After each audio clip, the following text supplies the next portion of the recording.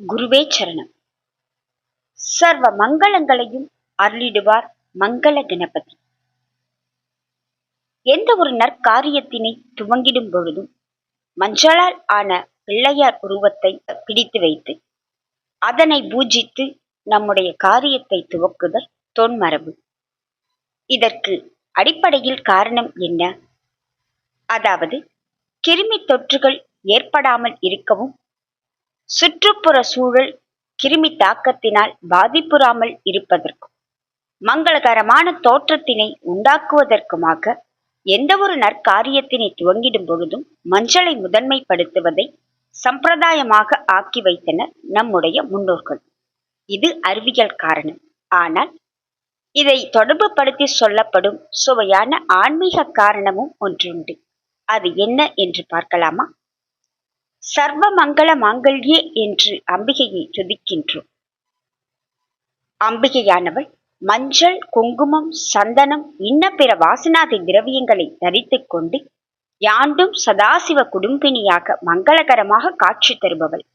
இதனாலேயே இவளுக்கு சர்வமங்களா என்கிற திருநாமமும் உண்டு. தன்னுடைய திருமேனியையே வழித்து மஞ்சள், குங்குமம் முதலான மங்கள திரவியங்களை திரட்டி ஒரு உருவத்தினை சமைத்து வைக்க அதிலிருந்து அவதரித்தவர்தான் நம் விநாயகர்.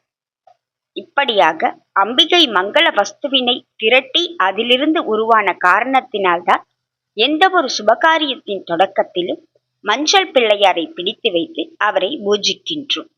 மங்கள என்ற சொல்லில் இருந்து பிழன்று வந்ததுதான் மஞ்சள். அதாவது இங்கே அங்கே என்பது இஞ்சே அஞ்சே என்று வருவதைப் போல என்று சொல்லலாம். அம்பாள் சிருஷ்டி செய்த குழந்தையை பரமேஸ்வரன் வதம் செய்தது தனி கதை. அதுவும் கூட லோகத்திற்கே அமங்கலம் உண்டாகும்படி கைலைக்கு வடக்கே தலை வைத்து படுத்திருந்த யானை கன்றின் தலையை கொய்து அதை இந்த பிள்ளைக்கு சிரசாக வைத்து கஜமுகாசுரனை வதம் செய்வதற்கான வழியை செய்தருளியது அந்த ஈசனின் திருவிளையாடல் அல்லவா? இப்படிப்பட்ட மங்களகரமான கணபதியானவர் தன் தாயாரான மங்களாம்பிகையுடன் எப்பொழுதும் பிரியாமல் உறைந்து அருளுகின்ற தலம்தான் திருமங்கலக்குடி. மங்கையரின் மாங்கல்யம் காத்தருளும் மங்களாம்பிகையுடன் மங்கள கணபதி என்கிற திருநாமத்துடனேயே காட்சி தருகின்றார் இத்தலத்து விநாயகர். இவரையும் பஞ்சமங்கல கஷேத்திர வாசினியாக விளங்குகின்ற ஸ்ரீ மங்களாம்பிகையையும் இத்தலத்து தீபமேற்றி வழிபடுவோருக்கு தீர்க்க சௌமாங்கல்யம் நிலைத்திடும் என்பதில் ஐயமேது. குருவே சரணம்.